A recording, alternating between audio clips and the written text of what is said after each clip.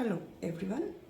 So today is the second day of our learning and we are going to learn about the use of that and there. That is a very simple word but it has great uses.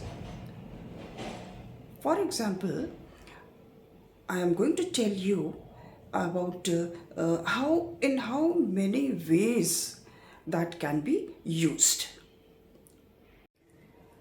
So as you see in there at the board, that many ways of the use of that are explained. The first use is as an indicator. That means when you try to show any one thing a little far apart, थोड़ी दूरी पे कोई एक चीज़ हो जिसको कि आप बताना चाहते हो और इसका मीनिंग आता है वह, जैसे कहना है that is a beautiful house, that is a boy, that is a girl, that is my school. That way you can use it.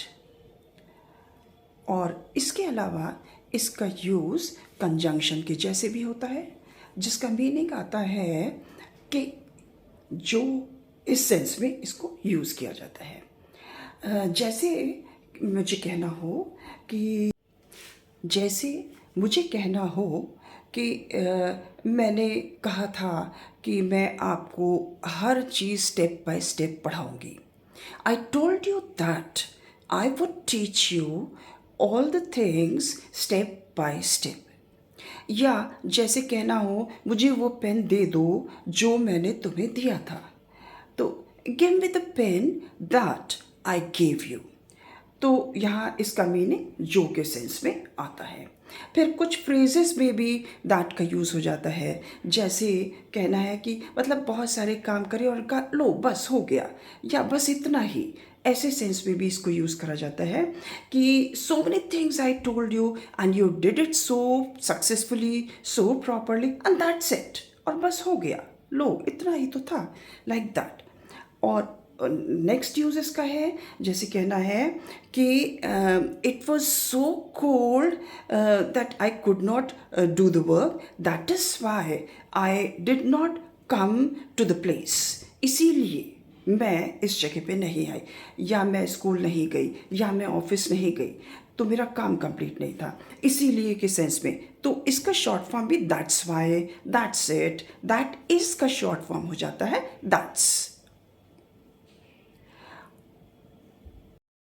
Now we are going to learn about the use of there. There means वैसे तो एक place के लिए होता है, पास की कोई भी एक जगह उसके लिए देयर का यूज़ होता है. और देयर का यूज़ किसी चीज़ के होना या ना होना, किसी चीज़ की एग्जिस्टेंस है या नॉन एग्जिस्टेंस है, उसके लिए भी देयर का यूज़ होता है. तो let us see that how can you just express yourself.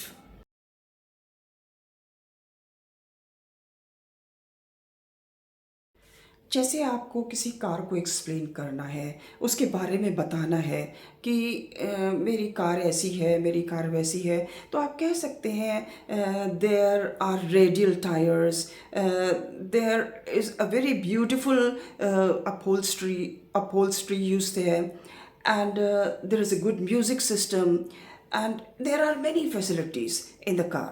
Like that you can explain.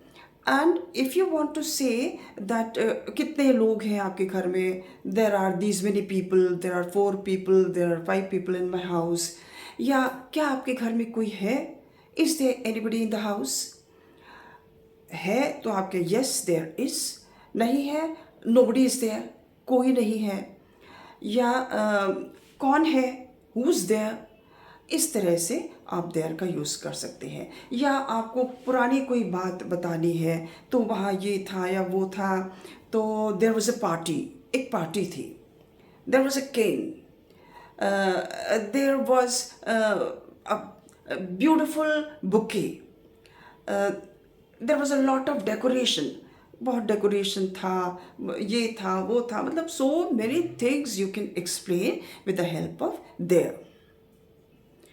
या आपको ये कहना है कोई समस्या है क्या? Is there any problem? अगर है तो आप कहेंगे यस देयर इज़, हाँ है। अगर नहीं है, no there is no problem, कोई समस्या नहीं है। तो जैसे आपके पास कोई व्यक्ति है मदद करने को, is there anybody to help you? You can say yes there is. नहीं है तो कहेंगे no nobody is there to help me, like that. तो इस तरह से हम लोग देयर का यूज़ बहुत सी जगहों पे करते हैं। है तो छोटा सा शब्द, लेकिन जब आप स्पीकिंग टर्म्स में आते हैं, जब बोलने लगते हैं, तो आपको ये नहीं समझ में आता है कि ये सिंपल वर्ड को हम इतनी तरह से यूज़ कर सकते हैं।